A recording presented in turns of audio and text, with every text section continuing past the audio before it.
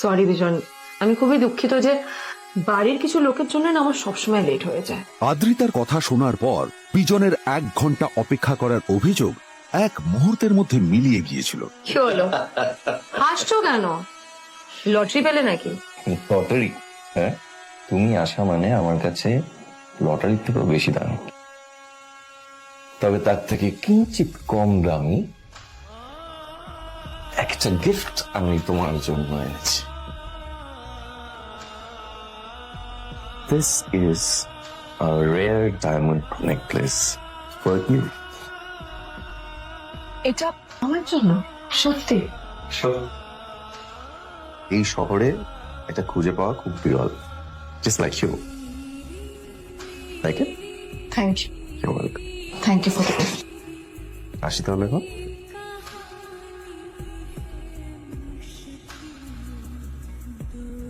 আদ্রিতা, আমি আজ পর্যন্ত তোমাকে কোনো রকম উপদেশ দিইনি, কিন্তু আজ আমি তোমাকে বলতে বাধ্য হচ্ছি। এই যে এই লোকটা তোমাকে শুধুমাত্র ইমপ্রেস করার জন্য একটা নকল সস্তার হীরের গয়না দিয়ে গেছে। এরকম একটা লোকের সাথে তোমার মেশা উচিত না, ভবিষ্যতে কিন্তু তুমি বিপদে পড়বে। আদ্রিতা, আমি তোমাকে কথা দিচ্ছি, আমি তোমার জন্য আসল রেয়ার একটা হীরের গয়না এনে দেবো, এর চেয়েও দামি, এর চেয়ে অনেক অনেক বেশি দামি। তার জন্য আমাকে যাই করতে হোক না কেন, আমি তোমাকে একদিন ঠিক এনে দেবো, আমি তোমাকে একদিন ঠিক এনে দেবো, ঠিক এনে দেবো তোমাকে। তাদের বিয়ে হয়েছে 2.5 বছর। এর মধ্যে প্রথমবার তার মনে হলো নীল তার জন্য লড়াই করছে। নীলের এই রূপটা দেখে আদ্রিতা চমকে গেল।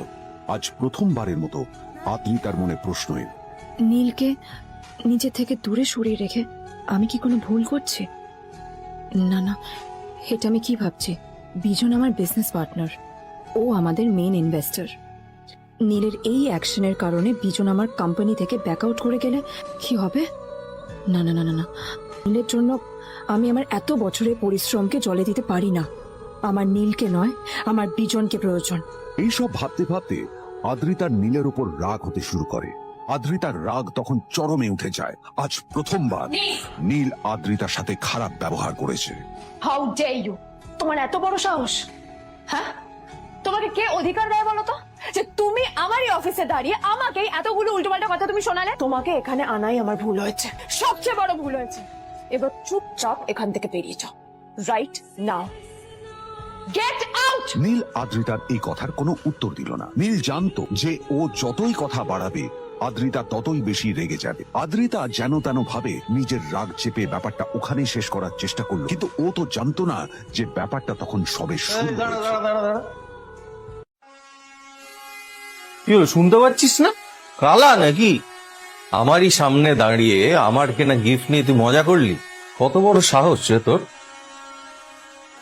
নিজেকে তো বিক্রি করে দিলে ওরকম একটা ডায়মন্ড নেকলেস তুই কিনতে পারবি না। তোর এই গরিবের পারফিউম, সস্তা শার্ট, পায়ে একটা ফাটা চপ্পল নিয়ে নিজেকে বড় হিরো মনে করছিস? তোর নিজের কত দাম সেটা তোর নিজের জানা উচিত।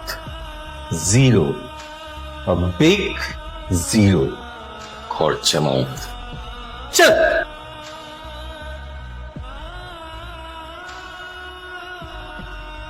নীল তখনও ঝামেলা করার মেজাজ ছিল না, কিন্তু যখন কেউ অন্যের নীরবতা সুযোগ নিতে শুরু করে তখন কথা বলাটা প্রয়োজন। নীল আঙুল তুলে পেছনের দিকে ইশারা করে। প্রথম কথা, ওই যে ওখানে দাঁড়িয়ে আছে, ও আমার স্ত্রী,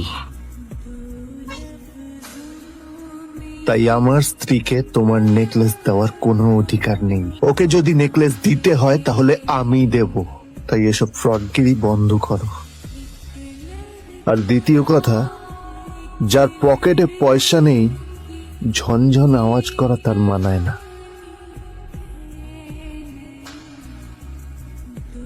নীল বিজনকে তার সোয়াগ দেখিয়ে বেরিয়ে গেল।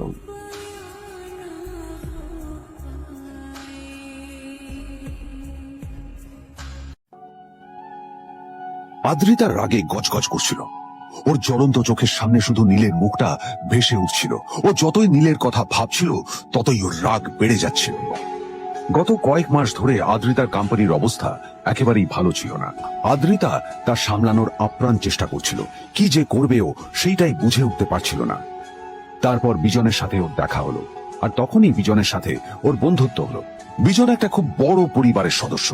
আজ বিজন শুধুমাত্র আদ্রিতার কোম্পানির একজন বিজনেস পার্টনারই নয়, সাথে বড় ইনভেস্টরও। আর শুধুমাত্র বিজনের কারণেই আদ্রিতার কোম্পানি এখনো চলছে।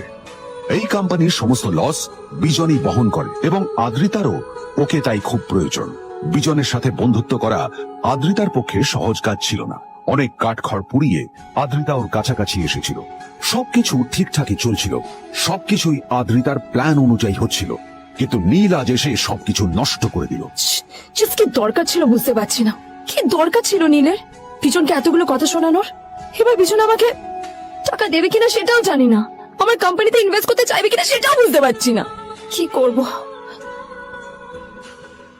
এখন আদ্রিতা ওকে কিভাবে বোঝাবে? ভুল করে যদি বিজন ওর টাকা ফেরত চায়, তবে আদ্রিতার কোম্পানি সেম কর্পোরেশন খুব বড় সমস্যায় পড়ে যাবে।